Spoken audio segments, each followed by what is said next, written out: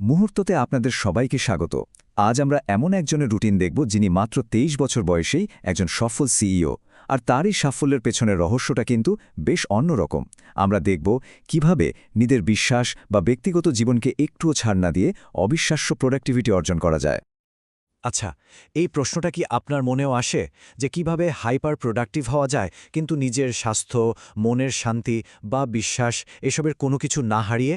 ঠিক এই চ্যালেঞ্জটারই একটা দারুণ সমাধান কিন্তু লুকিয়ে আছে এই রুটিনের মধ্যে।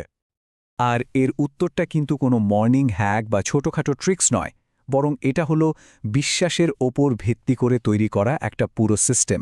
মানে এটা ইসলামিক অনুশাসনের উপর দাঁড়ানো একটা মজবুত কাঠামো, কোনো বিচ্ছিন্ন টিপস নয়। চলুন তাহলে দেখে নিই আমরা কি বিষয় নিয়ে কথা বলবো। প্রথমে আমরা দেখব এই বিশ্বাসভিত্তিক রুটিনের মূল ব্যাপারটা কি। তারপর জানব কেন বলা হচ্ছে দিনটা আসলে রাত থেকেই শুরু হয়।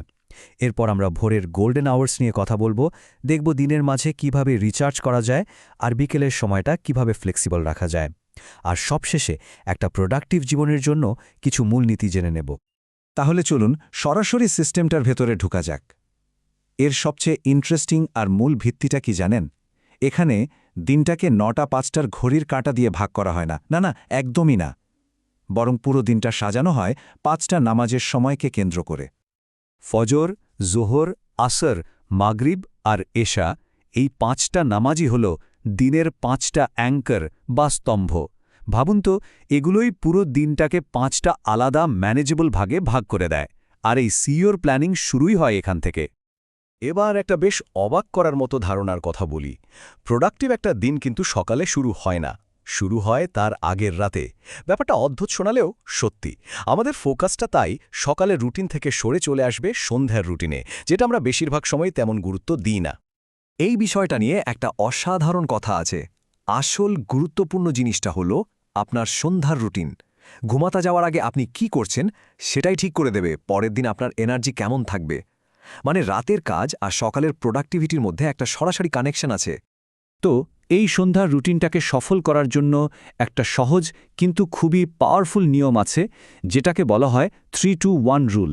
নিয়মটা কি? খুব সোজা। ঘুমানোর ৩ ঘন্টা আগে কোনো খাবার নয়, ২ ঘন্টা আগে কোনো পানি নয়, যাতে রাতে ঘুম না ভাঙে। আর সবচেয়ে জরুরি, ১ ঘন্টা আগে কোনো স্ক্রিন নয়। ব্যাস। আচ্ছা, স্ক্রিন ছাড়া ১ ঘন্টা কি করা যায়? এই সময়টা হলো মনটাকে শান্ত করার। যেমন কোরআন পড়া যেতে পারে, জার্নালে নিজের ভাবনাগুলো লেখা যায়, সারা দিন কি হলো তা নিয়ে একটু ভাবা যায়। আর হ্যাঁ, ব্লু লাইট ব্লকিং চশমা পড়া আর পরের দিনের জন্য একটা পরিষ্কার লক্ষ্য ঠিক করে প্ল্যান করা। এই সব কিছু মিলেই কিন্তু একটা দারুণ গভীর ঘুমের ক্ষেত্র তৈরি করে। তো রাতের প্রস্তুতিটা যখন এত ভালো হয়, তখন সকালটা কেমন হবে? স্বাভাবিকভাবেই দিনের শুরুটা হয় অসম্ভব শক্তিশালী আর ফোকাসড। আর এই সময়টাকেই বলা হচ্ছে গোল্ডেন আওয়ার্স। এই গোল্ডেন আওয়ার্সের আসল ম্যাজিকটা হল ডিপ ওয়ার্ক। ডিপ ওয়ার্ক জিনিসটা কি? সোজা কথায়, কোনো রকম ডিস্ট্র্যাকশন ছাড়া, মানে ফোন টোন সব দূরে রেখে ১০০% মনোযোগ দিয়ে কাজ করা। এমন কাজ যা আপনার ব্রেইনকে তার সর্বোচ্চ ক্ষমতায় ব্যবহার করতে বাধ্য করে। আর এর রেজাল্ট শুনলে অবাক হবেন। দুপুর ১টা বাজতে না বাজতেই এই সিইও প্রায় ৭ ঘন্টার হাইলি ফোকাসড কাজ শেষ করে ফেলেন। ভাবুন তো একবার, যা অনেকে হয়তো পুরো দিনেও করতে পারে না। ডিপ ওয়ার্ক যে কেন এত পাওয়ারফুল তা বুঝতে একটা তুলনা করা যাক। একদিকে ডিপ ওয়ার্ক, যেখানে ফোন বন্ধ, মনোযোগ তুঙ্গে, আর সবচেয়ে জরুরি কাজগুলো সবার আগে করা হচ্ছে। আর অন্যদিকে একটা টিপিক্যাল কাজের দিন, একটানা ফোন, মেসেজ, এক কাজ থেকে আরেক কাজে লাফানো। ফলাফল কি? প্রোডাক্টিভিটি শেষ। সকালের এই সময়টাকে এত গুরুত্ব দেওয়ার পেছনে কিন্তু একটা গভীর আধ্যাত্মিক কারণও আছে। নবী মোহাম্মদ সাল্লাল্লাহু আলাইহি সাল্লামের একটা দোয়া আছে, হে আল্লাহ, আমার উম্মাকে ভোরের সময় বরকত দিন।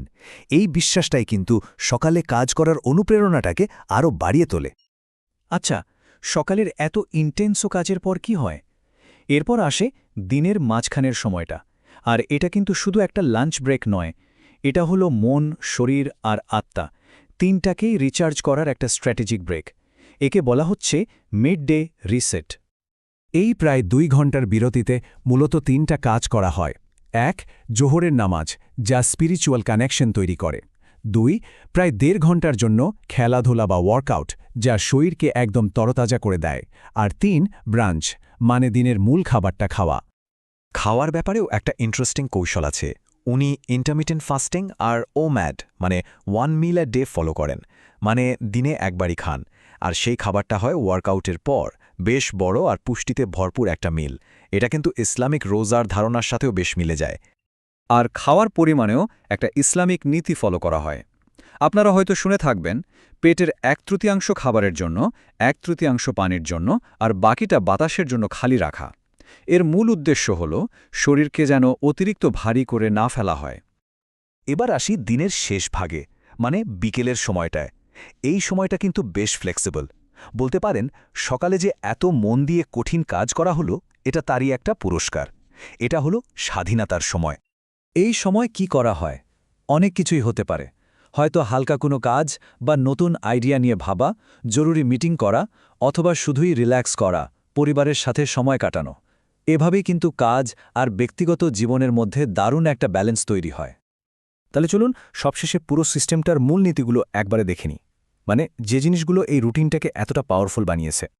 এর মূল নীতিগুলো কি কি? 1. নিজের বিশ্বাসকে সবার আগে রাখা। 2. রাতকে ঠিকঠাক কাজে লাগিয়ে সকালটাকে জেতা। 3. ডিস্ট্র্যাকশন ফ্রি ডিপ ওয়ার্কে মাস্টার হওয়া। 4. নিজের শরীর আর মনের স্বাস্থ্যে ইনভেস্ট করা। আর 5. প্রত্যেকটা দিনের প্ল্যান একটা নির্দিষ্ট উদ্দেশ্য নিয়ে করা। শেষ করার আগে একটা প্রশ্ন রেখে যাই, শুধু একবার ভাবুন তো, যদি আপনার নিজের দিনটাও এমন একটা শক্তিশালী ভিত্তির উপর তৈরি হতো, তাহলে আপনি কি অর্জন করতে পারতেন? আপনার দৈনন্দিন রুটিন আর তার সম্ভাবনা নিয়ে ভাবার জন্য এই প্রশ্নটা রইল।